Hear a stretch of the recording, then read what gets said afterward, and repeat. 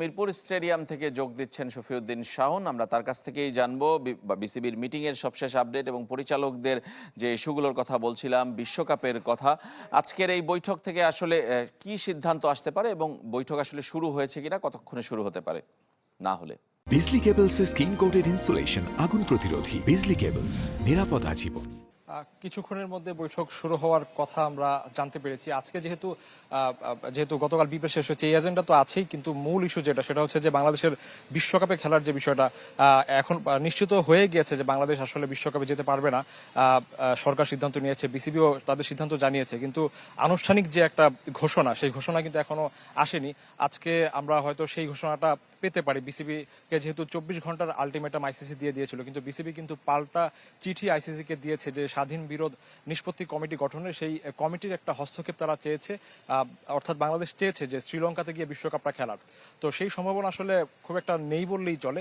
তো যদি বাংলাদেশ বিশ্বকাপটা না খেলতে পারে, তারপর বাংলাদেশ ক্রিকেট বোর্ডের করণীয় কি হবে, সামনে যে সময়টা রয়েছে সেই সময়ে ক্রিকেটারদের আসলে কি হবে। যেমন আমরা দেখছিলাম যে নাজমুল হোসেন শান্ত তিনি বলছিলেন যে এই সময়টাতে ক্রিকেট টিমের জন্য কোনো টুর্নামেন্ট আয়োজন করা যায় কিনা, যাতে তারা ব্যস্ততার মধ্যে থাকতে পারেন। সেই বিষয় নিয়ে হয়তো আজকে একটা ঘোষণা আসতে পারে। আমরা দেখছিলাম যে একজন বিসিবি পরিচালক পদত্যাগ করেছেন, তার বিরুদ্ধে ফিক্সিং এর অভিযোগ উঠেছে। সেটা নিয়ে হয়তো কথা হবে।